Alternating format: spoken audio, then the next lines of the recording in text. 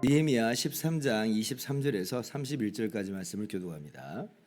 그때에 내가 또 본즉 유다 사람이 아스돗과 암몬과 모압 여인을 맞아 아내로 삼았는데 그들의 자녀가 아스돗 방언을 절반쯤은 하여도 유다 방언은 못하니 그 하는 말이 각 족속의 방언이므로 내가 그들을 책망하고 저주하며 그들 중 몇 사람을 때리고 그들의 머리털을 뽑고 이르되 너희는 너희 딸들을 그들의 아들들에게 주지 말고 너희 아들들이나 너희를 위하여 그들의 딸을 데려오지 아니하겠다고 하나님을 가리켜 맹세하라 하고 또 이르기를 옛적에 이스라엘 왕 솔로몬이 이 일로 범죄하지 아니하였느냐.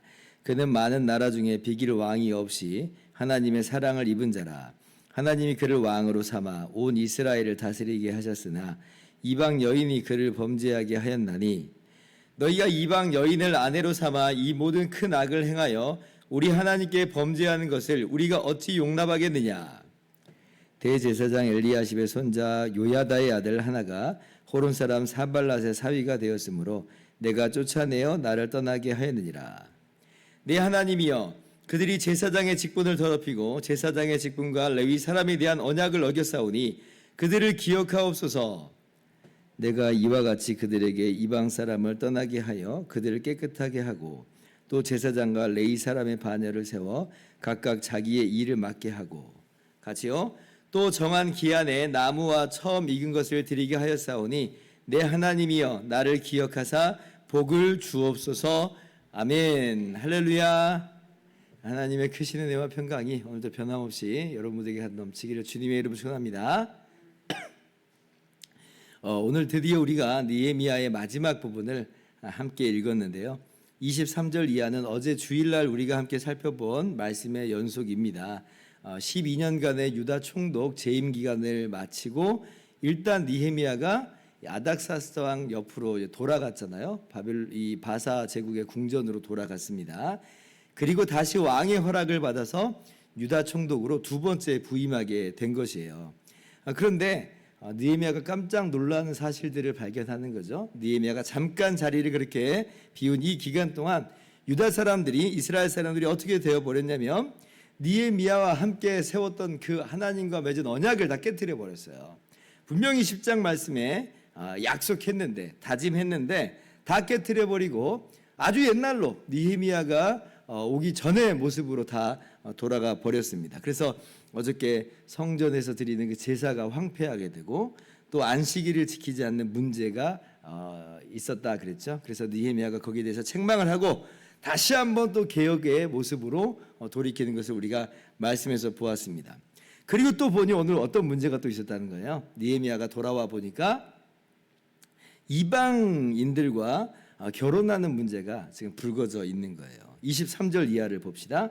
24절까지 교독할게요. 그때에 내가 또 본즉 유다 사람이 아스돗과 암몬과 모압 여인을 맞아 아내로 삼았는데 24절 그들의 자녀가 아스돗 방언을 절반쯤은 하여도 유다 방언은 못하니 그 하는 말이 각 족속의 방언이므로. 결혼했어요. 그리고 아이가 태어났어요. 어린아이를 양육을 합니다. 그런데 지금 이 아이가 어디 말을 못하는 거예요?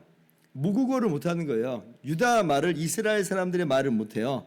엄마 말을 그냥 하는 거죠. 주변에 이방 사람들의 그 언어만을 하는 겁니다. 우려했던 부분이 터진 거예요. 그러면 자, 이 자녀는 과연 이스라엘 사람으로 성장할까요? 이방인으로 성장할까요? 과연 신앙인으로 성장할까요? 비신앙인으로 성장할까요? 이거 물어봐도 뻔한 거예요. 그래서 느헤미야가 강하게 책망을 한 겁니다. 제가 이미 여러 번 말씀을 드렸지만 이방인하고 결혼하는 것 자체가 문제가 되는 건 아니라고 그랬어요. 율법을 이스라엘에게 건네준 모세조차도 구스 여인과 결혼을 했죠. 그리고 이제 모압 여인 룻은 보아스와 결혼을 해서 나중에 다윗 왕이 그 가문으로, 그 족구 안으로 이제 태어나는 그런 일들도 있었습니다. 그런데 왜 이방인하고 결혼하는 게 문제가 되고 또 느헤미야는 그걸 문제 삼는 거예요? 다른 게 아닙니다. 그게 신앙적 결합이냐 아니냐를 보는 거예요. 단순히 어떤 혈통적인 결합의 문제가 아니라 과연 신앙적인 결합이냐라고 하는 건데, 그런데 지금 오늘 지금 이 결혼 속에서 엿보이는 건 뭐예요? 과연 이게 신앙적 결합인 것 같은가? 하나님을 믿는 믿음과 신앙에 있어서 이 결함을 지금 나타낸 것은 아닌가라고 하는 거예요. 그래서 신앙 정체성을 유지한 상태에서의 결혼이면 상관이 없는데, 근데 그런 모습이 엿보이지 않기 때문에 그래서 지금 느헤미야가 이 부분을 강하게도 문제 삼고 있는 것이다. 목사님 그냥 냅두세요. 그래도 잘 될 거예요. 우리는 그냥 마냥 긍정적으로만 그렇게 생각하고 싶어 합니다. 그런데 느헤미야는 그렇게 접근하지 않아요.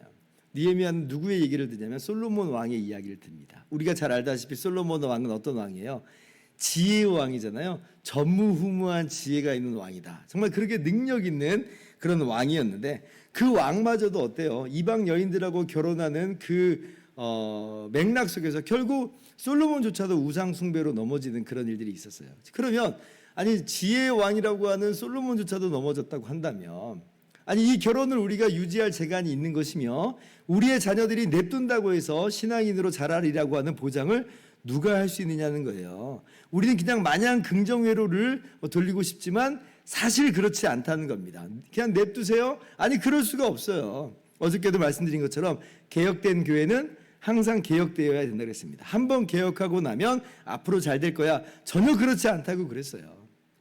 항상 부단히 정말 말씀으로 돌아가야, 부단히 하나님의 말씀 안에 우리 자신을 세워놔야, 그렇게 해서 우리가 하나님의 백성답게 살아가는 거지. 그냥 저절로 다 잘 될 거다, 냅두면 잘 될 거다, 그렇게 되지는 않는다는 거예요. 왜냐하면 우리 안에 죄성의 찌꺼기가, 죄성이 찌꺼기처럼 남아있기 때문에 그렇습니다. 그래서 28절 이하를 보면 심지어 제사장 가문에서도 이제 이방인 여인과 결혼하는 사태가 이제 벌어진 걸 볼 수가 있죠. 근데 이제 율법에서는요, 제사장만큼은 아예 이방 여인들하고 그 결혼하는 걸 금지합니다. 명시적으로 써놔요. 명시적으로. 레위기 21장 14절 보면 그러니까 제사장은 자기 백성 중에서 처녀를 취하여 아내를 삼으라 이렇게 말씀합니다. 그러니까 정말 조심을 기하는 거예요. 그러니까 이방 여인 중에는 룻과 같은 그러한 신앙적 여인도 나올 수 있지만, 그러나 그건 우리가 정말 장담할 수 없는 노릇이라고 하는 거죠. 그러니까 아예 원천 봉쇄하는 거예요. 그러한 문제를 일으키지 않도록 제사장에게서는 완전 원천적으로 봉쇄를 하는 것입니다. 왜냐하면 이게 정말 휘발성 있는 문제라고 하는 거예요. 그런데 이런 사태가 지금 정말 벌어져 버렸죠. 제사장 가문에서도 이 이방 여인과 결혼을 하는 일이 있었던 거예요. 그래서 느헤미야가 쫓아내 버리죠. 예루살렘 성전 예배를 집례하지 못하도록 쫓아냅니다. 왜냐하면 이 제사장이 하나님의 말씀을, 율법을 어긴 것이니까 자초하는 일이라고 하는 것이죠. 그래서 우리가 오늘 말씀 보면서 신앙의 순수성을 우리가 세워나가는 것이 얼마나 중요한지에 대해서 좀 심각한 고민을 할 필요가 있겠습니다. 오늘 저는 말씀 보면서 이런 생각을 좀 해봤어요. 우리 말은 못하고 이방인의 말을 한다라고 하는 이 느헤미야의 말을 보면서 우리 시대에는 이것을 어떻게 우리가 이해할 수 있을까라고 그럴 때 이런 거라고 생각합니다. 단순히 언어의 문제, 뭐 외국말과 우리나라 말의 문제가 아니라 이런 거죠. 우리 믿는 사람들은 신앙 고백을 해요. 주는 그리스도시요 살아계신 하나님의 아들이십니다. 하나님의 성삼위일체 하나님이심과 예수 그리스도의 참 하나님이심과 참 사람으로서 우리의 구원자 되심을 우리는 분명히 고백을 합니다. 그렇게 그런 믿는 믿음 안에서 우리 성경적인 가치관에 따라서 성경적 언어를 지금 해요. 그런데 우리 자녀들은 지금 어떤 말을 한다는 것으로 우리가 이해를 할 수 있겠어요? 우리 자녀들은 우리 세상의 원리와 세상의 가치관에 따라서 이야기하는 거예요. 아무리 성경이 그렇게 말해도 저는 이렇게 생각을 합니다 라고 하면서 세상의 언어를 이제 하는 그런 형태로서 오늘 말씀이 저는 다가오더라고요.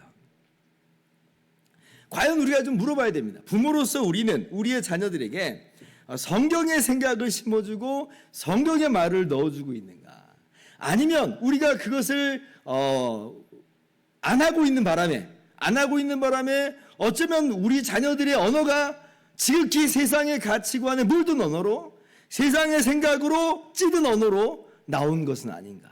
그들의 생각과 그들의 말과 행동이 그렇게 이방인들과 다를 바 없는 그 모습으로 나온 것은 아닌가 한번 우리가 돌아봐야 돼요. 그렇다면 과연 우리 자녀들은 어떤 사람으로 성장할 것인가? 이거 세상 사람으로 성장할 것인가? 하나님의 자녀로서 성장할 것인가? 심각하게 좀 물어봐야죠.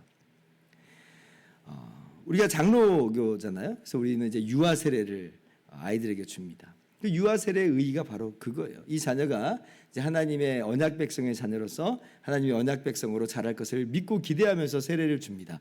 동시에 어떤 의미가 있냐면 부모에게 의무를 지워주는 거죠. 부모가 이 아이는 하나님의 자녀인 줄을 믿고 하나님의 백성으로서 주의 교훈과 훈계로 양육하겠습니다. 하나님의 말씀으로 양육하겠습니다. 라고 하는 다짐이 그 유아 세례 안에 있는 거거든요. 근데 과연 우리가 유아 세례는 주기를 기뻐하는데 그 유아 세례 이후에 우리의 부모의 의무는 얼마나 감당하고 있는가?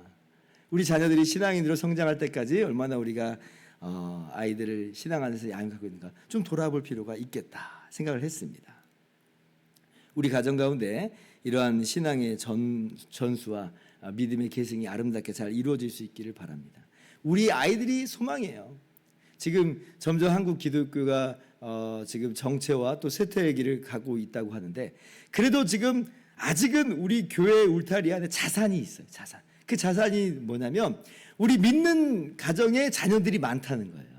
예전에는 안 그랬죠. 예전에는 다 예수님 안 믿던 시절에 안 믿는 가정의 아이들이 열심히 전도해가지고 그 아이들이 우리들이 됐어요. 근데 지금은 감사한 것은 믿는 가정의 아이들이 자산으로서 교회에 남아있거든요. 정말 귀한 자산이에요. 그러면 교회가 어떻게 해야 되냐면, 가정이 어떻게 해야 되냐면 이 자산을 잘 불려야죠. 우리 자녀들을 믿음의 사람으로서 잘 양육하는 것으로 우리 자녀들을 통해서 부흥의 역사가 우리 다음 시대에 일어나기를 꿈꾸는 것이 오늘 우리의 모습이어야 될 것입니다. 그래서 우리가 신앙교육에 열심을 기울이고 가정예배 특별히 힘쓰고, 왜냐하면 가정예배 말고 더 좋은 신앙의 양육법이 있으면 좋겠는데 근데 있을 거예요. 근데 이제 저는 가정예배만큼 좋은 신앙교육의 방법을 잘 못 본 것 같아요. 그래서 짧더라도 항상 매일마다 가정예배를 드리면서 그렇게 아이들에게 성경의 언어를 심어주고 성경의 생각을 심어줄 때 우리 아이들이 하나님의 자녀들로 성장하게 될 것이다. 이러한 기대로서 우리가 신앙의 정체성과 순수성을 우리와 또 우리 가정에 잘 지켜나갈 수 있기를 바랍니다. 이제 말씀을 마치도록 합니다. 느헤미야가 이 모든 개혁 조치를 다시 한번 합니다. 개혁된 교회를 다시 개혁하는 모습으로서 항상 그렇게 하나님 말씀에 붙여놓는 이제 그런 이제 느헤미야의 모습을 오늘 말씀 보는 거죠. 그러면서 느헤미야가 이렇게 기도해요. 31절 하반절에 내 하나님이여 나를 기억하사 복을 주옵소서. 오늘 우리가 느헤미야와 같은 사람이 되기를 바라고, 그리고 오늘 느헤미야의 기도처럼 정말 하나님께 그렇게 놀라운 복과 은총을 누릴 수 있기를 바랍니다. 우리가 느헤미야 같은 무슨 뭐 총독의 어떤 지위에 있는 것은 아닙니다만 우리가 항상 사람과 사람 사이에 영향력을 주고 받는 그런 위치로서 우리도 어떤 의미에서 느헤미야와 같은 위치에 있음을 깨닫고 항상 그렇게 하나님의 말씀 안에 살려고 노력하고 또 우리에게 영향을 받는 사람들을 그렇게 하나님의 백성답게 살도록 권면하는 것으로 힘쓰는 것으로 말미암아 우리가 느헤미야와 같은 복을 받아 누리는 저 여러분들 되기를 주님의 이름으로 축원합니다. 기도하겠습니다.